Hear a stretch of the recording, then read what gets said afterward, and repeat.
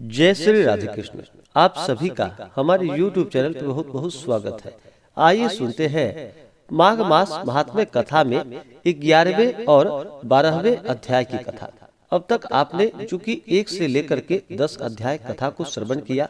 अगर पिछले अध्याय कथा को आपने अब तक नहीं सुना हो तो हमारे चैनल पे जो कि माघ मास महात्म्य के नाम से प्लेलिस्ट बनाया गया है, आप हमारे चैनल पे जाकर के वहां से कथा को श्रवण कर सकते हैं। हिंदू धर्म में माघ महीने का बड़ा ही विशेष महत्व माना गया है।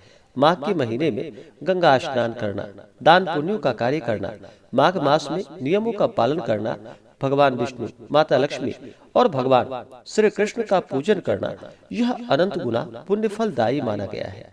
तो आइए सुनते हैं माघ मास महात्म्य में 11वें और 12वें अध्याय की कथा। तो बोलिए प्रेम से भगवान विष्णु की जय, माता लक्ष्मी की जय, भगवान श्री कृष्ण की जय, सर्व देवी देवता की जय। यमदूत बोला, मोक्ष के इच्छुक को सदैव शालिग्राम 12 शिला में और बजु या कीट निमित्त चक्र में वासुदेव भगवान की पूजा करनी चाहिए। इनके पूजन से जो फल प्राप्त होता है वह सुनाता हूँ। हे वैश्य, पापों का विनाशक है, सब पुण्यदायक है तथा सबको मुक्ति प्रदान करने वाला है। प्रतिदिन 10,000 राजसु यज्ञ का फल तथा अग्निहोत्र कर समुद्र सहित पृथ्वी के दान करने का फल प्राप्त होता है। देवता इत्यादि अच्युत निरंकार को जब प्रणाम करते हैं तो उनका भी फल मिलता है। अत्यंत पापी, अकर्मण्य और अनाधिकारी होने पर भी यमलोक में नहीं जाते। स्वर्ग कमल युक्त 12 करोड़ शिवलिंग को 12 कल्प पूजने का फल एक दिन में ही होता है। गोविंद का पूजन करने से स्वर्ग में नहीं गिरता। बिना तीर्थ सेवा, दान, यज्ञ और तप से छुटकारा पाता है। पूजा रहित पुरुष नरक, गर्भवास, तिर्यक योनि, कृमि योनि आदि से मुक्त नहीं होता। जिसने शालिग्राम की मूर्ति पर का जल अपने ऊपर छिड़क लिया, उसके संपूर्ण तीर्थों में स्नान कर लिया। यह कल्याण देने वाली गंगा जी, गोदावरी तथा रेवा नदी के जल में संपूर्ण शालिग्राम की मूर्ति रहा करते हैं। काम, क्रोध तथा लोभ से व्याप्त भी जो अधर्म पुरुष अनेक प्रकार के नैवेद्य, फल, धूप, दीप, चंदन, गीत बाजे, स्तोत्र आदि से शालिग्राम की मूर्ति की पूजा कलयुग में भक्ति भाव से करता है, वह 1000 कोटि कल्प तक अभिमान रहित होकर भगवान विष्णु के पास रहकर चक्रवर्ती राजा होता है। जहाँ शालिग्राम की मूर्ति रूप में भगवान केशव उपस्थित रहते हैं, वहाँ पर देवता, यज्ञ और 14 लोक रहते हैं।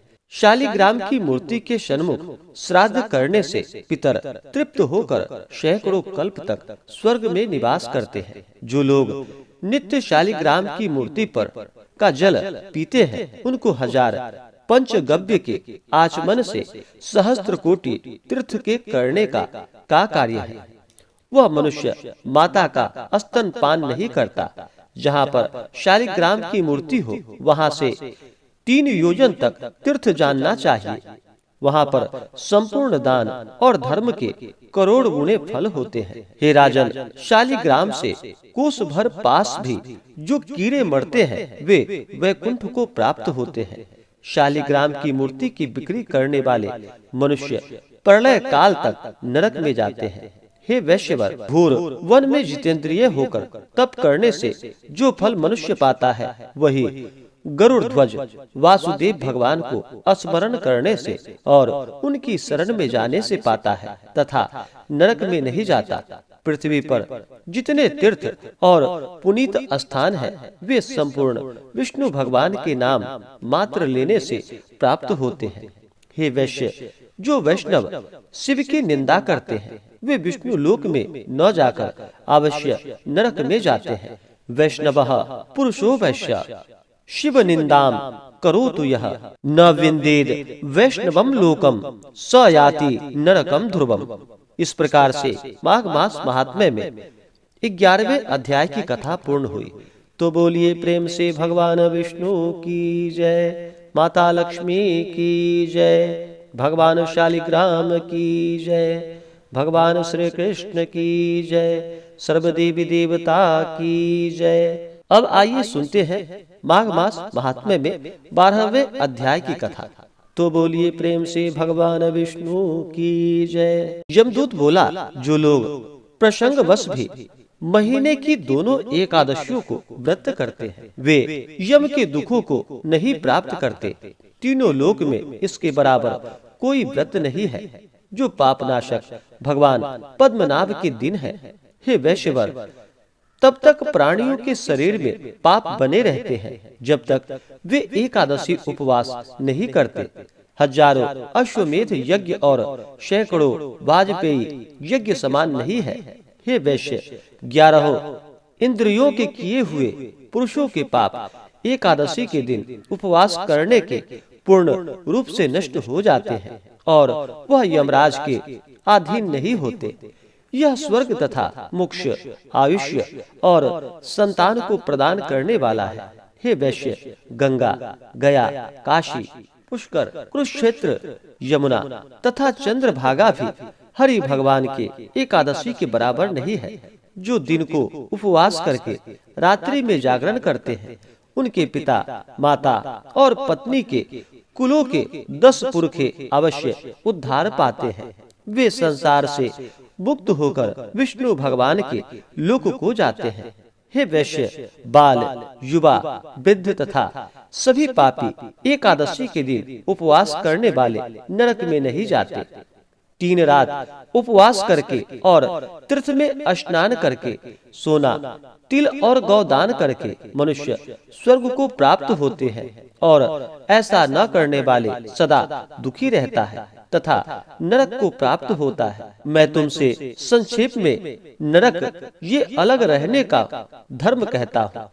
मन, वाणी तथा कर्मों से संपूर्ण प्राणियों से वैर न करना, इंद्रियों को वश में करना, हरि भगवान की सेवा करना, दान देना, नियम पूर्वक सब वर्णाश्रम की क्रियाओं का पालन करना चाहिए अथवा संपूर्ण माघ स्नान करना चाहिए। हे वैश्य, गरीब लोग भी नित्य जूता, छाता, अन्न, मूल, फल, जल, वस्त्र कुछ न कुछ अपनी शक्ति अनुसार दान देकर जीवन को सफल करे। इस लोक में इस तरह के दान देने वाले मनुष्य अवश्य बार बार दीर्घ आयु और धनी होते हैं। इसलिए बाल्य अवस्था से ही धर्म को करना चाहिए। मैंने तुमसे यह संपूर्ण कथा कह दिया, अब इससे अधिक तुम क्या सुनना चाहते हो? 3 बालश्वमारभ्य कर्तव्यो धर्म संग्रह इति ते कथितम सर्व किमन्यच्च छोतुमिच्छसि।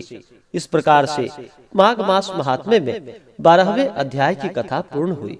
तो बोलिए प्रेम से भगवान विष्णु की जय, माता लक्ष्मी की जय, भगवान शालिग्राम की जय, भगवान श्री कृष्ण की जय, सर्वदेवी देवता की जय। इसी प्रकार से अगर आप आगे के अध्याय को सुनना चाहते हो, हमारे चैनल पे नए हो तो हमारे इस चैनल को लाल बटन दबा करके सब्सक्राइब करें, साथ में बेल आइकन घंटी को दबाएं ताकि मेरे वीडियो का नोटिफिकेशन आपको समय से मिलता रहे। वीडियो को लाइक करें, शेयर करें। सुखी रहे और स्वस्थ रहे। जय श्री राधे कृष्ण। धन्यवाद।